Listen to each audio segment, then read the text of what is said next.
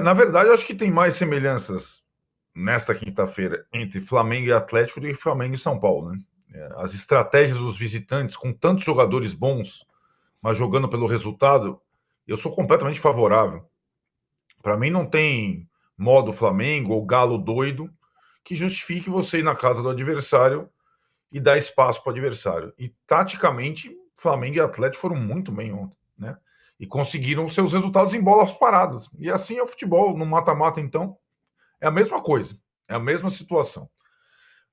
Posto isso, depois a gente traça as outras semelhanças entre Galo e Atlético com essas vitórias que encaminham classificação.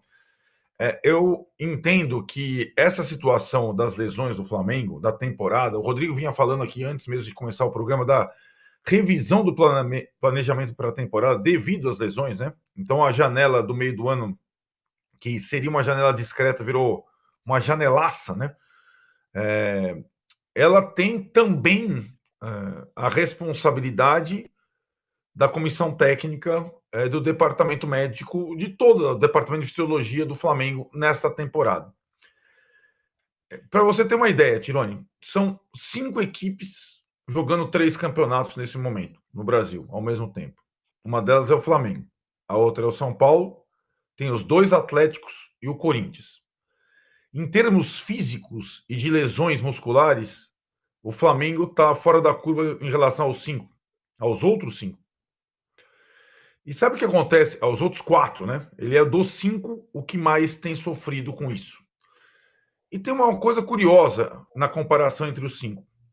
A única comissão técnica que já estava no comando do time antes de começar a temporada era a comissão técnica do Flamengo, certo?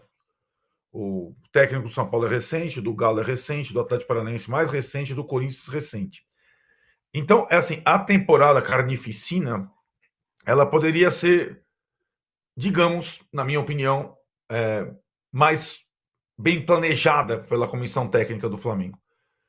Eu entendo também que é uma comissão técnica desacostumada a esse tipo de situação, porque estava trabalhando há 6 anos na seleção brasileira, que tem um calendário completamente diferente de um clube de futebol. Então, assim, eu acho que essa. E quando o Rodrigo fala, isso me chama muito a atenção nos jogos do Flamengo, mesmo os jogos em casa, a condição física que o Flamengo termina os jogos é aflitiva. E olha, o Flamengo tem poucos jogadores veteranos no elenco. É uma questão do grupo todo. Além das lesões, o aspecto físico impressiona. Mas, a duras penas, aos trancos e barrancos, com muito talento, com boas estratégias táticas, o Flamengo é aquele que tem chance de ganhar as 3 competições. É o único que tem chance de ganhar as 3 competições. Deu um grande passo em relação à Copa do Brasil. Grande passo. A sua enquete, ela é difícil ser respondida, porque eu acho que a vantagem dos visitantes ela se torna muito grande, mas por um time que tem uma superioridade técnica e desses momentos em relação ao Bahia, que é o único clube dos 8 que nunca ganhou a Copa do Brasil, eu acho que a vantagem do Flamengo para passar na volta é maior do que a do Galo. A diferença entre Flamengo e Bahia ainda é maior. E tem esse tabu bizarro do Rogério Ceni, né? 13 jogos contra o Flamengo, 13 derrotas, não tem nem empate, que é uma coisa também curiosa. Então, acho que o Flamengo está com um pé na semifinal. Tem mais time que o Peñarol para também avançar na semifinal da Libertadores. Aí talvez já com os jogadores, os reforços, podendo. E aí no Brasileiro é que eu fico com dúvidas, porque na situação do Flamengo, que tem mais de um adversário direto no Brasileirão, Fortaleza, Botafogo, Palmeiras, que tem uma frente só, o Palmeiras, como lidar com esse desgaste físico, lesões no campeonato de pontos corridos, né? O próximo jogo do Flamengo é contra o Corinthians em Itaquera. O Corinthians ainda vai jogar hoje, mas eu posso apostar para você. O Corinthians vai jogar em Caxias hoje. O time mais inteiro fisicamente domingo vai ser o Corinthians, mesmo jogando hoje. Porque tem uma questão interna que o Flamengo precisa. Talvez não dê tempo nessa temporada, já está na parte final. Mas que o Flamengo e o Tite precisam pensar. O Flamengo é o time mais desgastado fisicamente no Brasil e não é o que mais jogou no Brasil nessa temporada. Pois é, impressionante, né, o número de fala, Rodrigo, pode falar.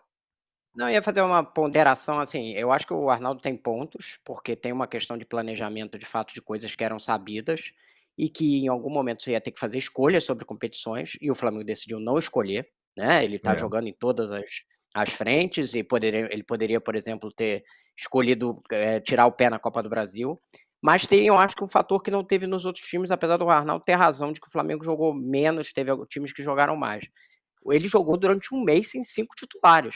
Então você esticou, fisicamente esse time muito, porque os caras não tinha revezamento, não tinha troca. Gerson, Pedro, todos esses jogadores jogaram durante um mês, com os uruguaios na seleção da Copa América, e você nesse momento não tinha reserva, digamos assim, para você fazer uma troca e tal. O time foi esticado a corda, tanto que alguns desses jogadores, como o Gerson e Pedro, que dos que mais estão desgastados, são que passaram esse período enquanto os outros estavam na seleção. Então tem essa ponderação, mas eu também acho que dentro do planejamento, eu acho que inclusive as contratações que estão sendo feitas agora demonstram que para o que estava posto, precisava de um elenco mais composto, né? Aliás, eu, até dando uma atualização, ontem de tarde, a informação já que esse Gonzalo Plata, né, o ponta equatoriano, o Flamengo está mais perto de contratá-lo, e por 3,8 milhões de euros, aí, pagando metade dele, faltavam algumas coisas, mas estava bem, bem próximo. Então esse seria mais um ponto aí para o caso de você chega um ponta, machuca, aí você contrata outro ponta, como você falou aí, Tirone.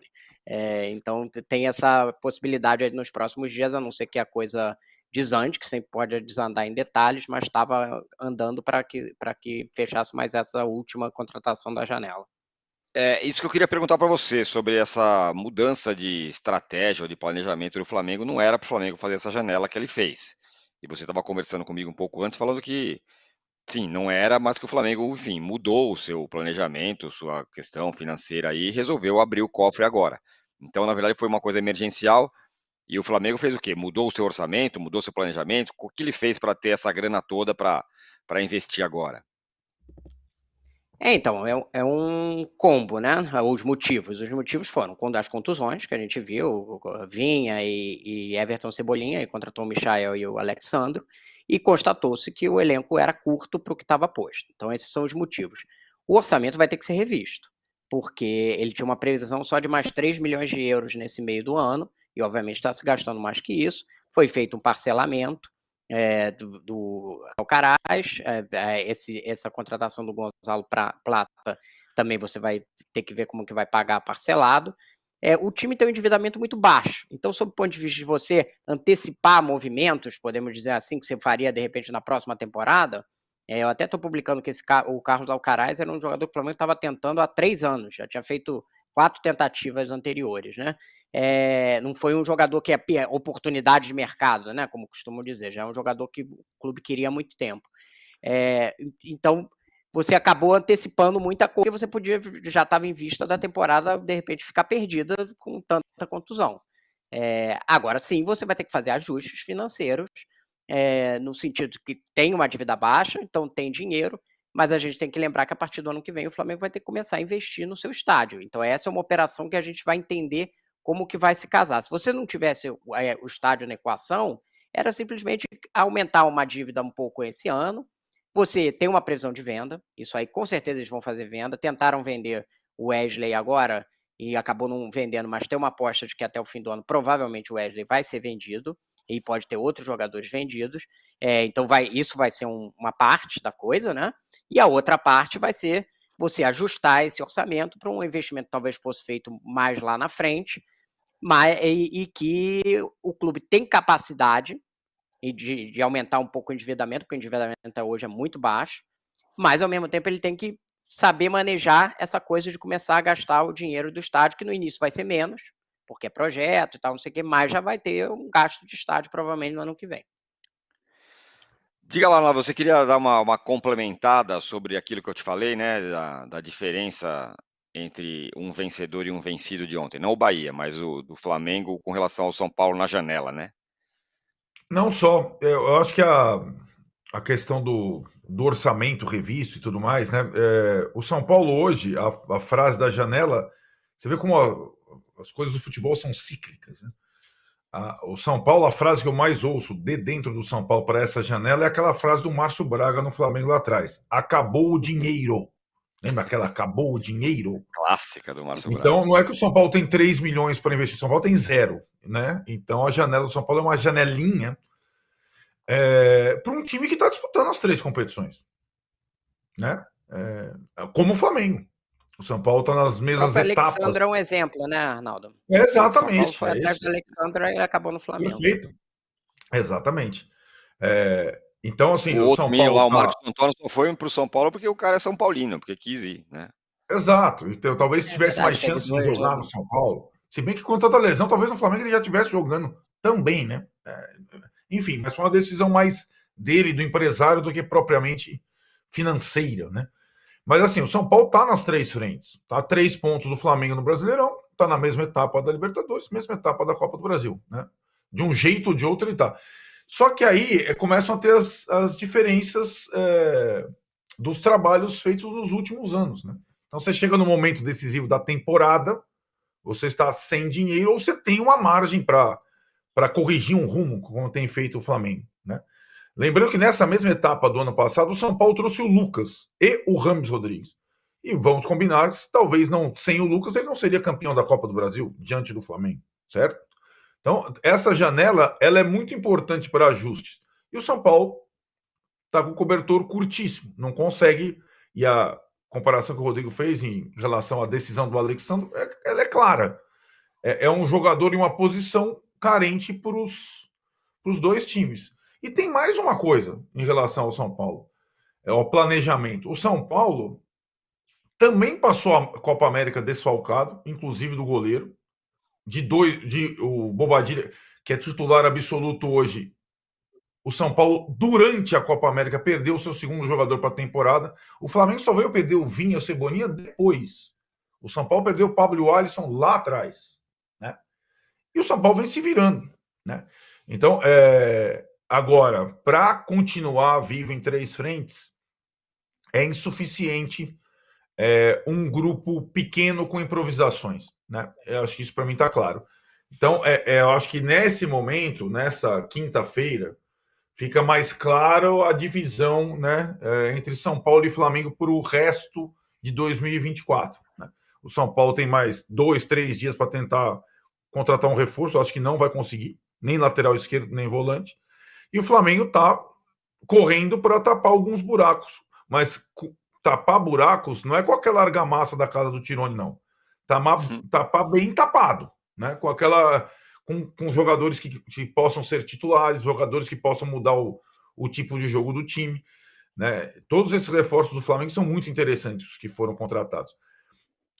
A minha questão aí é a disputa do Flamengo com outros que têm mais condições financeiras que o São Paulo e fizeram boas janelas nas frentes que o Flamengo disputa.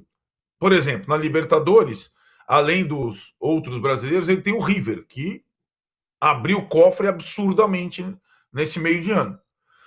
Nos pontos corridos, como a gente falou, ele tem o Fortaleza, o Botafogo, outros, né? Então, é difícil, quase impossível, um time ganhar as 3 principais competições no Brasil. O que ficou mais próximo foi o Atlético do Cuca lá atrás, Cuca e Hulk lá atrás, 2021. Mas o Flamengo tem chances. Ainda mais sendo pragmático muitas vezes, como se tem que ser em alguns momentos, em algumas competições. E está sendo.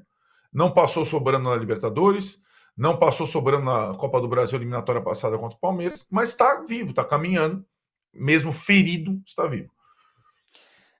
Bom, a gente estava falando sobre contratações, né? Então o Flamengo aí anunciou, vai pagar um valor recorde, não anunciou, mas vai pagar um valor recorde pelo Alcaraz depois de negociações frustradas, né? Você contou na sua coluna hoje no UOL que o Flamengo vai pagar um valor recorde, como eu falei, pela contratação. São 110, quase 110 milhões, o que supera a do De La Cruz, que foi 102 milhões, né, o Rodrigo, de reais. Isso. Lembrando, o De La Cruz não teve negociação, né? O Flamengo chegou e pagou a multa para o River, porque o River não queria vender, né? O Alcaraz foi uma negociação e é um jogador que, o que eu ouvi é que está sendo tentado desde 2021, foi tentado no Racing na época, obviamente com valores mais baixos, quer dizer, propostas mais baixas, né? Depois foi tentado novamente antes dele ir para o Southampton. Quando ele foi para o Southampton e o Southampton foi rebaixado da Premier League, o Flamengo foi sondar ele de novo. Então, é um jogador que já tem 3 anos aí que o clube vem tentando contratar, porque entende que é uma reposição para esse setor de meio, que ele pode jogar tanto na posição do De La Cruz, que seria de 8, ontem o De La Cruz jogou de 10 ali na posição do Arrascaeta, mas tanto nessa posição quanto na posição na frente, e a informação que eu tive é que eles veem até que o cara já jogou como centroavante, como pelo lado de campo, enfim. A posição principal dele é essa de segundo, de meia, né? Meia um pouco vindo de trás, ou meia na posição ou do De La Cruz ou do Arrascaeta, e que é necessário porque várias vezes esses jogadores, e isso aí é a realidade, qualquer um pode ver, não estão inteiros. Ou eles não estão disponíveis porque estão com seleção, ou estão disponíveis meia boca, foi o caso do De La Cruz ontem, e aí você tem que ter jogadores inteiros, você tem que ter 3 para 2 posições para ter 2 inteiros dentro de campo. Essa é a realidade do calendário de futebol brasileiro, né? Isso é uma coisa que a gente fez, todas essas ponderações que o Arnaldo fez, de todos os clubes, que eles têm que se planejar e tal, de uma certa forma é impossível se planejar completamente para o que é posto do calendário, essa irracionalidade que é o calendário do futebol brasileiro, né?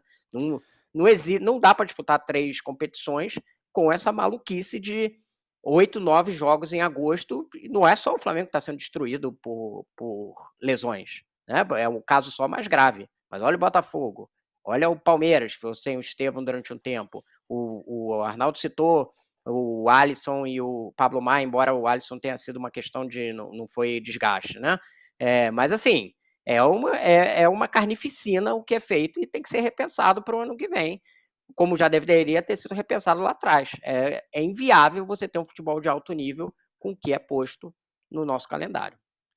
O Arthur Jorge, né, o técnico do Botafogo, eu gosto de trabalhar com um elenco curto, 2 jogadores, um pouquinho mais talvez para cada posição. Mas quando eu cheguei no Brasil, vi como é que é e para mim não dá, e aí não dá. Aí tem que ter um elenco muito maior, porque senão não dá. E aí você está falando das lesões, né, de fato do Alisson e do Pablo Maia não foram, sobretudo a do Alisson, não foi uma lesão de desgaste, mas é assim, né, se você joga 100 jogos, a chance de você se machucar, mesmo sem desgaste, é maior, né? Quanto mais você joga, a possibilidade de você se machucar aumenta. E se um time faz 100 jogos durante a temporada, a chance de ter contusões graves como essa, de fato aumenta. O calendário brasileiro, nesse agosto, é uma coisa impressionante. Essa data FIFA aí vem numa hora para todo mundo poder respirar, né? Tentar E recuperar. destrói a qualidade do jogo, né, Tirone?